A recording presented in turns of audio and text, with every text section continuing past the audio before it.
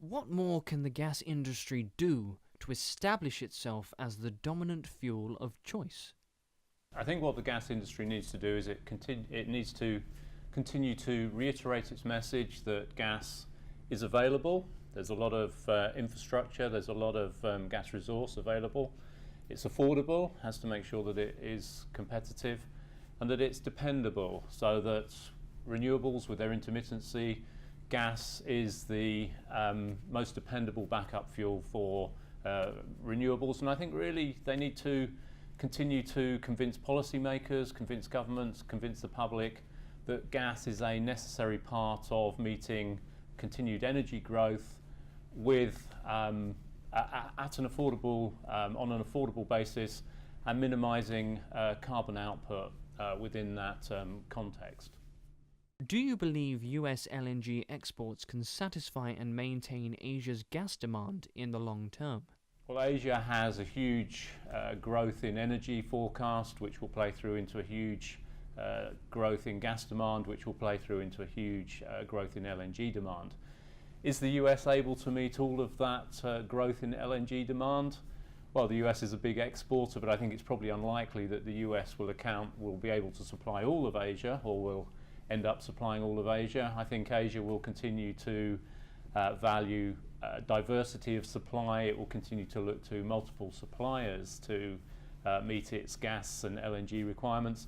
But I have no doubt that the US will play a major role in underpinning growth in the industry, both in the near term as the existing capacity comes on, but also in the longer term as it continues to grow and export. By 2020 it will be the third largest exporter. At some point it may even become the world's largest exporter, so it will play a major role for Asia. It won't be all Asian supply though. How will the Sabine Pass liquefaction terminal continue to grow whilst remaining competitive? Based on the capacity that's existing and under construction, the capacity under construction will allow it to grow to 5 trains. So we currently have 3 trains operating as we do this interview. We have the 4th train commissioning at present. 5th train under construction will come online, and then we have land secured for additional trains beyond the 5. So we have ample space to continue to develop, evolve. Our next train is fully permitted, ready to invest when we've made the necessary sales to make FID. So it's definitely going to be a 5-train facility. Could be a 6-train, 7-train, 10-train, who knows. It will be one of the largest single facilities in the world at 5 trains, so it's going to be a big facility. What does it need to do to be competitive? Well, we think US LNG is competitive in terms of the cost of the gas, in terms of the cost of building the infrastructure, but there's always the challenge to the suppliers in the industry to make it even more cost competitive, even lower cost, and we continue to look at ways to do that. What are you most looking forward to at Gastech 2018?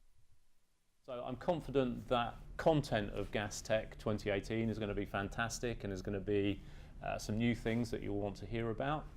Then it's always a great place to network. Gastech is always very at the forefront in terms of industry representation, so it's a great place to network. So content, networking, and it's in Barcelona, which is a great place to visit, so what more could you really want?